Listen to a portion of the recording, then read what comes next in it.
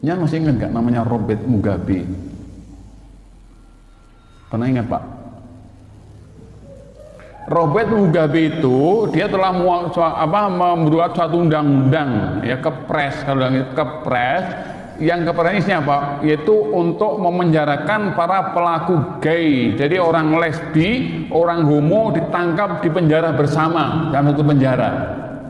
Tangkap semuanya. Ini loh Robert Mugabe. Orang kulit hitam, saya masih ingat wajahnya itu.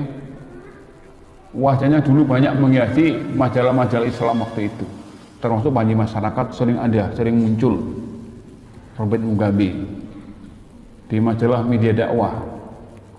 Dia telah menjadikan suatu kepres, presiden kepres ya, untuk menangkap para pelaku gay. Jadi orang yang homo harus ditangkap, dipenjarakan. Apa kata dia? Jangan dikeluarkan dari penjara sebelum dia punya anak. Hebat kan Pak? Keluarkan kalau dia sudah punya anak, keluarkan dari penjara. Lha wong lanang kok seneng karo wong lanang, wong wedok kok suka sama perempuan, di penjara semuanya. Keluarkan kalau mereka sudah punya anak. Kalau sudah punya anak baru keluarkan. Kalau nggak punya anak jangan dikeluarkan. Ini luar biasa. Karena ini mendatangkan murka Allah, mendatangkan suatu azab. Karena apa? Yang menyebarkan gay, homo, lesbi, siapa? Orang munafik yang menyebarkan. Yang orang itu bahayanya luar biasa, merusak dari segala arah, yang menyebabkan murka Allah, kerusakan moral, kerusakan akidah, kerusakan segala-galanya karena perilaku orang-orang munafik. Kita kalau tahu nih rasanya mangkel, cuma katanya jotoh sing bisa topoh gak gitu. Kadang-kadang muncul di media sosial gitu, punya dalil. Biasa orang munafik pintar dalil, cuma hatinya mereka kufur kepada Allah, hatinya mengingkari, mereka gunakan dalil semata-mata untuk menjatuhkan argumen orang Islam. Supaya apa? Supaya mereka punya keraguan dalam agamanya sendiri. Yang ketiga, karakter munafikin itu adalah senang dengan musibah yang menimpa kaum muslimin dan bersedih jika perlu kemenangan. Ya, kalau orang Islam itu menang Pak, susah. Tapi kalau kaum muslimin kalah, mereka senang sekali. Ya, termasuk yang nanti pilpres, sama lihat. Itu orang munafik berkeliaran di mana-mana untuk apa? Untuk menjadikan supaya orang-orang baik tidak jadi. Mereka mengangkat orang-orang yang mau merusak Islam atau mau meninggalkan ajaran agama Islam atau benci dengan ini yang didukung oleh mereka. Ini politik Pak. Jadi kita harus punya politik yang jelas. Politik itu ada identitasnya. Jangan pilih pemimpin yang tidak beriman kepada Allah. Jangan pilih pemimpin yang beda agama, harus punya identitas. Saya sampaikan berkali-kali di dalam ceramah saya, tolong tinggalkan.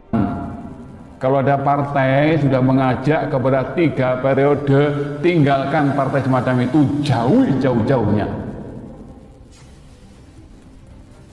Bukan kami ini mengajak kepada partai terendah, tapi demi kemaslahatan negara ini Pak, kemaslahatan umat Islam yang merupakan mayoritas di negeri yang tercinta itu. Tinggalkan partai-partai yang sudah mengajak semacam itu tadi itu. Kalau kami tidak pernah mengajak dalam satu partai, kecuali kalau terpaksa. Kalau ditanya itu aja. Pak Ustadz zaman pilih apa? Kalau saya terus terang gitu aja, saya nggak pernah ngumpet-ngumpet. Pak Ustadz sekarang selama ini zaman nggak pernah di partai. Terus zaman milih apa? Milih ini saya. Sudah selesai. Memang kita ngumpet-ngumpet enggak, saya tidak kemana-mana, tapi ada di mana-mana. Memang saya ini batu. Enggak tegas itu Pak. Orang Islam yang tegas. Pak Ustadz zaman pilih apa? Pilih ini. Pilih mana? Apa ini? Pilih A. Sudah selesai. Kami nggak milih, kami tidak kemana-mana, tapi ada di mana-mana. Memang batu zaman. Yang tegas dong, punya sikap dong umat Islam. Kenapa kita malu kali ini satu keyakinan kita yakini baik? Kenapa kita malu? Kenapa kita ragu dengan keyakinan yang kita yakini?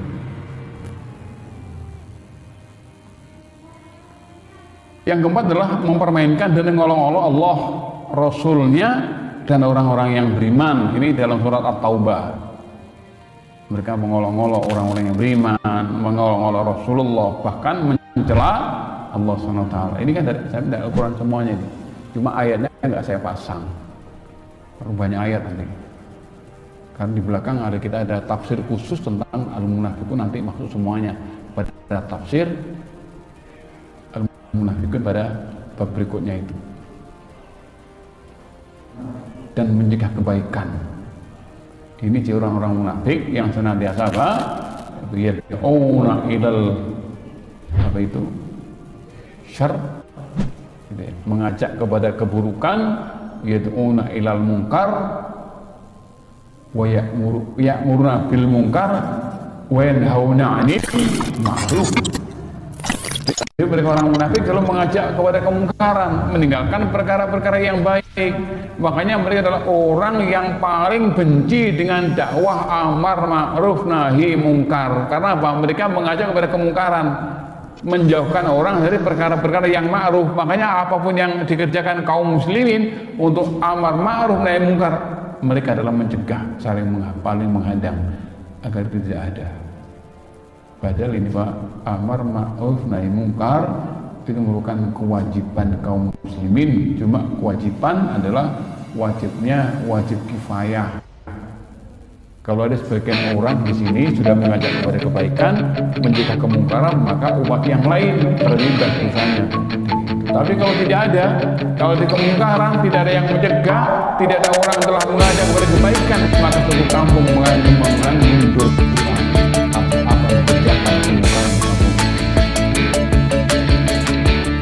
Kekuatan kita pada apa? Amar ma'ruf nahi mungkar.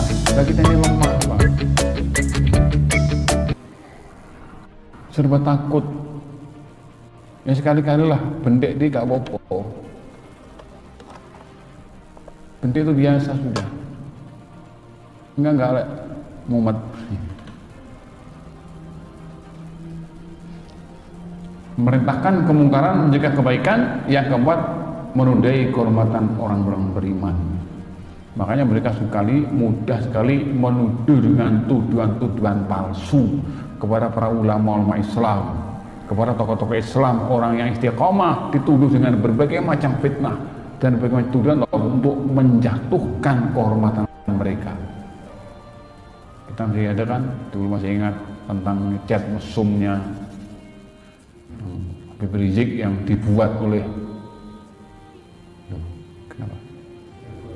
kesenggol. Yang mana kita? Oh, itu. Apa di ruqyah dulu nih Pak Agus dulu atau mau? Mau laptopnya? Duh, ya ini.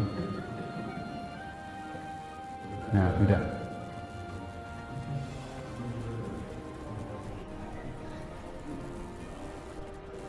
Yang ketujuh apa? Menyebarkan pusat menyebar kemungkaran, menghalangi dari jalan Allah dan memecah belah kaum muslimin.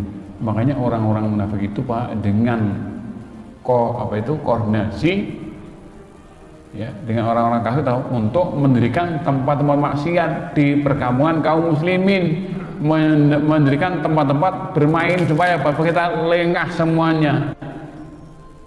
Ini perlu ada kerjasama antara umat Islam bersama anak-anak kita ini Pak, selamatkan anak kita dari sifat-sifat semacam itu.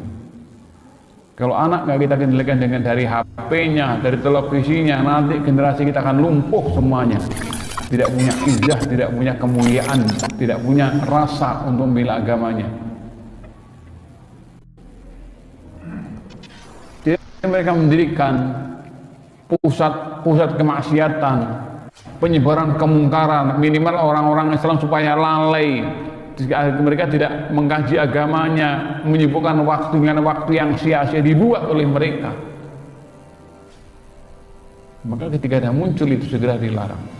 Nanti kalau sudah lama nggak dicegah, nggak dilarang, nanti tidak akan menyesal. Kita nggak bisa berbuat apa-apa nanti. Mematah-matahi kaum muslimin demi kepentingan musuh, sudah biasa. Jadi mereka selalu berada di saf kaum muslimin, mengambil informasi beritanya.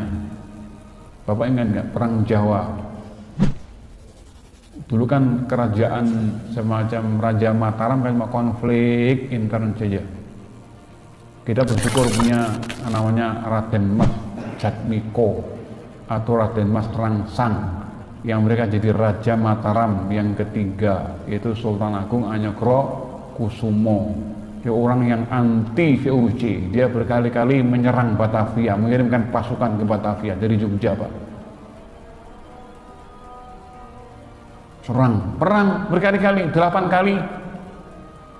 Tapi begitu beliau meninggal, digantikan putranya Raden Mas Saidin Amangkurat I, plek seperti Belanda. Bahkan dia telah membunuh sekitar 6.000 ulama, dibunuh dalam waktu 30 menit. Itu anaknya. Setelah konflik sudah, Amangkurat I meninggal, digantikan Amangkurat II, itu Raden Mas Rahmat. Dari istri Ratu Kulon, Ratu Pembayun punya anak Raden Mas Rahmat. Dari ratu satunya punya anak Raden Mas Derajat Pangeran Puger. Pendek lagi sudah. Adzan dulu ya. Mengadzan dulu. Kita lanjut dulu.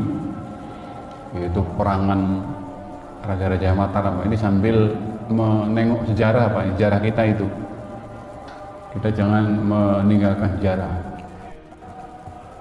Akhirnya begitu Amangkurat II meninggal, mestinya yang jadi raja berikutnya adalah saudara lain ibu istri yang kedua, yaitu Pangeran Puger Mas Derajat. Amangkurat III putranya mengangkat dijajah peperangan antara seorang anak itu dengan pamannya. Amangkurat ketiga itu perang dengan Pangeran Puger sebagai pamannya. Akhirnya Puger dibantu dengan Belanda, dengan VOC, terus begitu, Pak. Akhirnya Pangeran Puger menjadi raja di Mataram juga, tidak memakai gelar Amangkurat tapi pakai gelar Pakubuwono I. Punya anak namanya Raden Mas Surya Putra yang punya gelar Amangkurat IV. Punya anak 14. Dari salah satu putranya itu menjadi salah satu putra Amangkurat keempat sebagai putra mahkota, sebagai raja berikutnya yaitu dengan gelar Pakubuwono II. Ini konflik, Pak, karena Pakubuwono II dikuasai oleh Belanda. Makanya pamannya nggak terima. Paman dari istri Raden Mas Tejawati namanya Pangeran Mangkubumi, Raden Mas Jono, ini nggak terima. Akhirnya perang lagi sudah, sama-sama putra ini perang. Terus begitu, karena dikuasai di cengkeram oleh Belanda, makanya dibantu dengan paman satunya lagi, namanya Raden Mas Said, itu yang punya gelar. Orang Belanda ngasih nama dia itu Pangeran Sambernyowo, karena ahli dalam perang. Dia telah membunuh 600 orang Belanda, mati di tangan dia sendirian. Ini Pangeran Sambernyowo dengan jatahnya itu.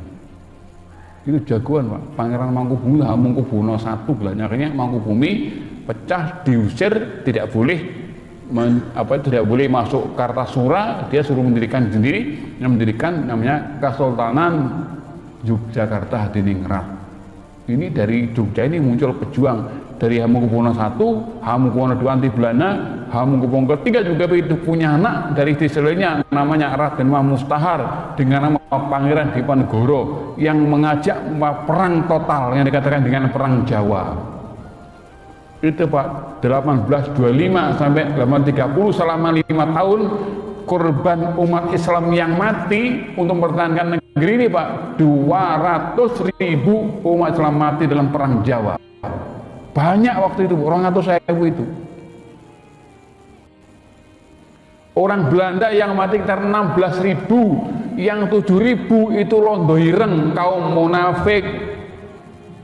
Coba. Jadi orang munafik begitu, Pak. Hidupnya untuk apa? Untuk kepentingan pribadinya saja. Mereka nggak peduli dengan agamanya.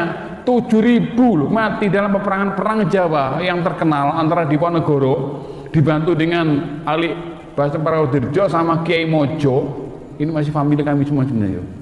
Kiai Mojo namanya Abdullah Muhammad Abdullah Al Khalifah.